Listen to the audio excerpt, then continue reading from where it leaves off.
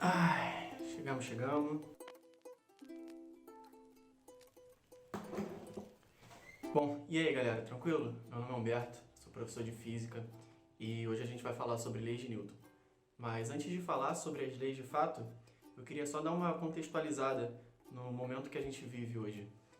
Hoje já se faz 7 meses em que a Organização Mundial de Saúde decretou pandemia.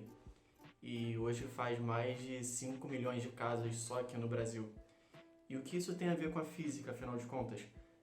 Eu acho que a aula de hoje vai tentar nos ajudar a explicar pequenas coisas sobre essa pandemia, como, por exemplo, a utilização de máscaras. Por que a gente tem que sair de máscara na rua, mesmo sem ter gente na rua?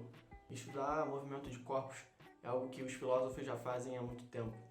Hoje a gente pensar em corpos acelerados ou características que interferem no tempo de queda de um corpo, por exemplo, é algo até simples, né? E às vezes até intuitivo. E a gente já viu isso em cinemática, que foi assunto dos capítulos anteriores. Hoje a gente vai começar a falar da dinâmica, que é a parte da física que se preocupa com o motivo daquele movimento. A gente está pensando não mais na consequência, e sim na causa. E para a gente ter um pouco mais das ideias das leis de Newton, como é que a gente chegou até as leis de Newton, eu vou tentar dar uma contextualizada histórica sobre o estudo do movimento. E o primeiro filósofo a pensar sobre movimento foi Aristóteles. Para ele, os corpos eram compostos de 4 elementos naturais: terra, água, fogo e ar. E cada um desses corpos tinha um lugar natural. Então, por exemplo, se o fogo subisse, era porque ele era mais leve, e se a água descesse, era porque ela tinha um movimento natural de descida. E a partir disso ele desenvolveu a ideia de movimento natural. Ele falava que uma pedra que é composta majoritariamente por terra, ela tem um movimento natural descendente, e que se a gente tirasse ela desse lugar natural, por exemplo, jogando ela para cima, ela teria então um movimento violento. Ele falava que para algo ter um movimento violento seria necessário um motor, que nesse caso é a nossa mão, que está impulsionando a pedra para o alto. Mas que essa força exterior, né, esse meu motor, teria que estar em constante contato com a pedra, porque ele não acreditava em forças à distância. E aí que começam a entrar alguns problemas, porque se a pedra não está sendo movida por si, então quem está movendo a pedra? E daí ele jogou essa justificativa no ar. Ele falou que o ar era responsável por manter a pedra nesse movimento violento. Só que entra um outro problema. Como é que o ar consegue ser ao mesmo tempo o agente externo e a resistência? E bom, as teorias de movimento não foram muito para frente. E só no século XIV que apareceu um outro cara chamado Buridan. E ele atribuiu aos corpos uma característica chamada ímpeto. E para ele seria esse ímpeto responsável por manter o movimento dos corpos na direção que foi lançado. E como os corpos param, ele falou que esse ímpeto seria perdido ao longo do tempo. E foi só 200 anos depois que Galileu, que é um cara muito importante para a física e para a ciência, começou a desenvolver algumas ideias sobre movimento que a gente se baseia até hoje. Para ele, o movimento é um estado do corpo, que diferente de Aristóteles, que pensava que o movimento era uma característica do corpo. Galileu falava que o movimento era um estado do corpo e que eles tendiam a permanecer com esse estado.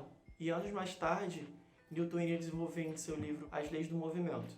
E na primeira lei, que é a lei da inércia, Newton afirma que um corpo tende a permanecer em repouso ou em movimento retilíneo uniforme se a força resultante atuando no corpo for nula, a menos que uma força externa atue sobre esse corpo. E aqui a gente precisa ficar ligado que existe uma relação direta entre massa e inércia. Vamos imaginar que a gente tenha que colocar em movimento 2 corpos.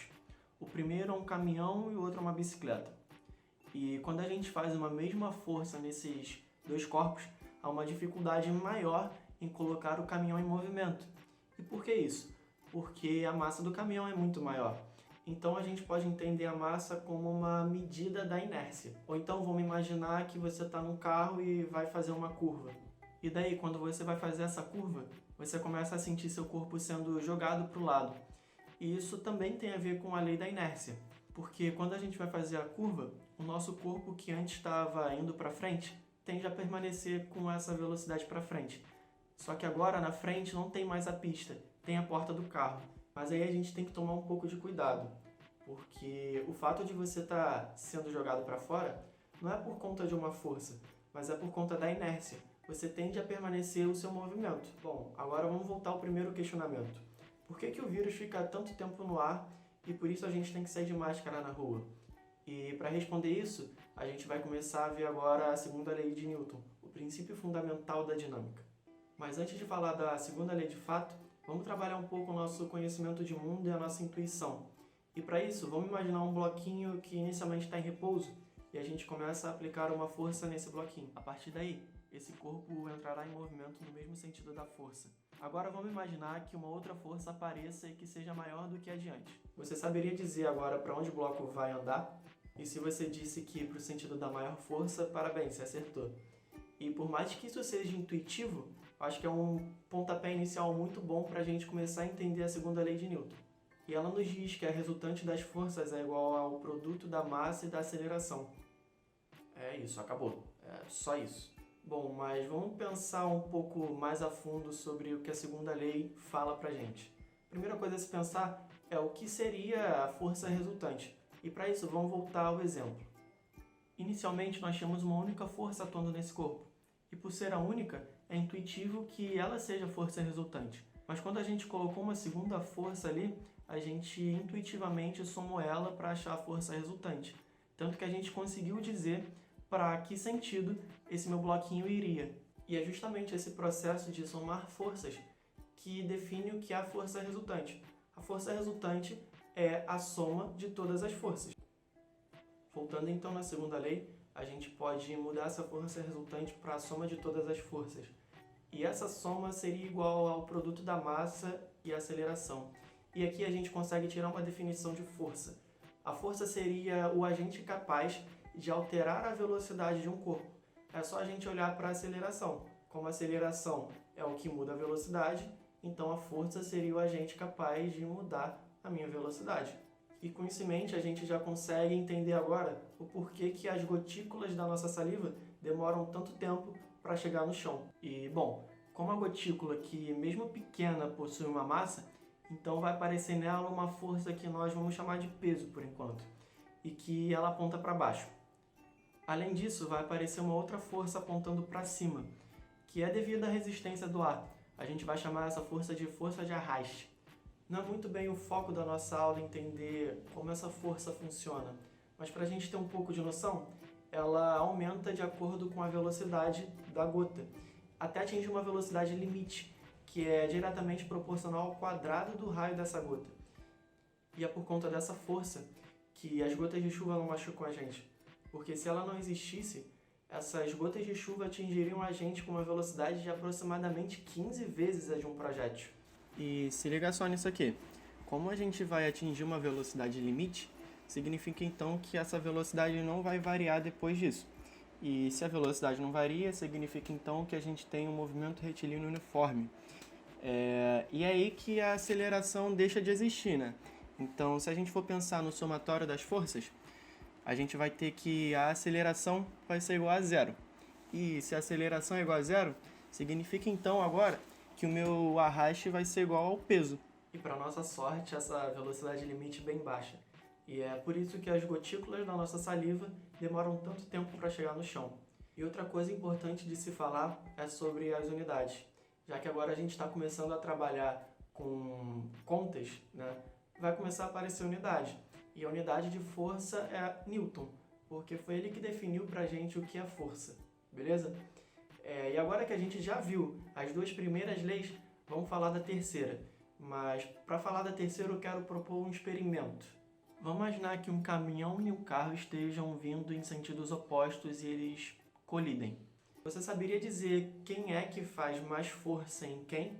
Para responder essa pergunta, vamos entender o que é a terceira lei de Newton, que é a lei de ação e reação.